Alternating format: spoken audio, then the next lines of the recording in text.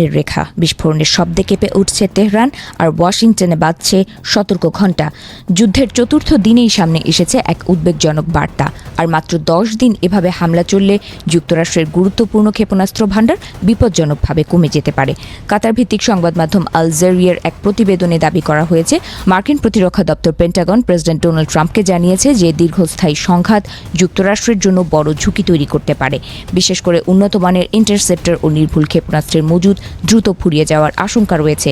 একই সঙ্গে নতুন করে এসব অস্ত্র উৎপাদন ও সরবরাহ করতে যে বিপুল অর্থ প্রয়োজন হবে, সেটিও বড় চাপ হয়ে দাঁড়াবে। তবে ট্রাম্প সামাজিক যোগাযোগ মাধ্যমে পাল্টা দাবি করেছেন, যুক্তরাষ্ট্রের গোলাবারুদের ভাণ্ডার ভার্চুয়ালি আনলিমিটেড এবং এই মজুদ দিয়েই দীর্ঘদিন যুদ্ধ চালানো সম্ভব। তার এই বক্তব্যের মধ্যেই সামনে এসেছে ভিন্ন চিত্র।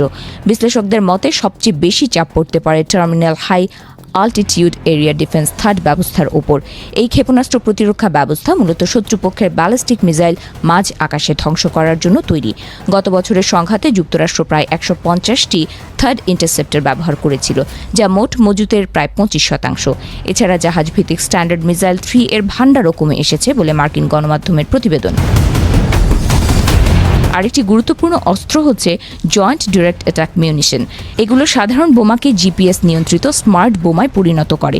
ইরানের লক্ষ্যভিত্তিক হামলায় এই ধরনের নির্ভুল অস্ত্রের ব্যবহার বেড়েছে বলে ধারণা করা হচ্ছে। মার্কিন পররাষ্ট্রমন্ত্রী মার্কো রুবিও জানিয়েছেন, ইরান প্রতি মাসে 100টির বেশি ক্ষেপণাস্ত্র তৈরি করতে পারে, অথচ যুক্তরাষ্ট্র ও তার মিত্ররা মাসে মাত্র 6 থেকে 7টি প্রতিরক্ষামূলক ইন্টারসেপ্টর বানাতে সক্ষম। উৎপাদনগত এই বৈষম্য দীর্ঘমেয়াদে বড় কৌশলগত চ্যালেঞ্জ তৈরি করতে পারে। খরচের অঙ্কও কম নয়।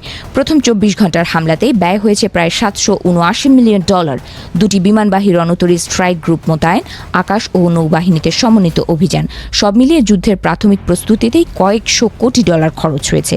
বিশ্বের বৃহত্তম বিমানবাহী রণতরী ইউএসএস জেরাল্ড আর ফোর্ড পরিচালনাতেই প্রতিদিন গড়ে $6.5 মিলিয়ন ব্যয় হয় বলে তথ্য দিয়েছে Center for New American Security. Penn Wharton budget মডেলের পরিচালক কেন্ট স্মেটার্সের হিসাব অনুযায়ী সংঘাত দীর্ঘস্থায়ী হলে ব্যয় $210 বিলিয়ন পৌঁছতে পারে।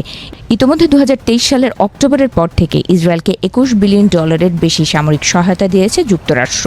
পাশাপাশি ইয়েমেন ও মধ্যপ্রাচ্যের অন্যান্য অভিযানে অতিরিক্ত কয়েক বিলিয়ন ব্যয় হয়েছে।